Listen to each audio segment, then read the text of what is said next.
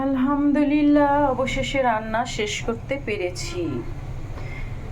এক চুলোতে ডাল, এক চুলোতে ভাত।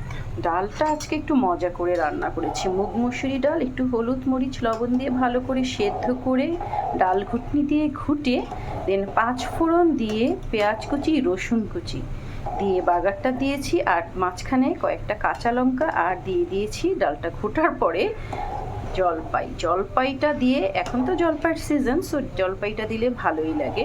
একটু ফাড়া ফাড়া করে মানে চাক করে একটু কেটে কেটে দিয়েছি সাইড দিয়ে।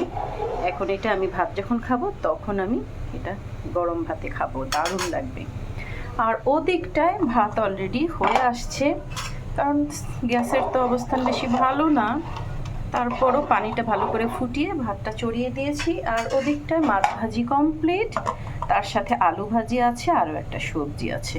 শুকুর আলহামদুলিল্লাহ আজকের জন্য।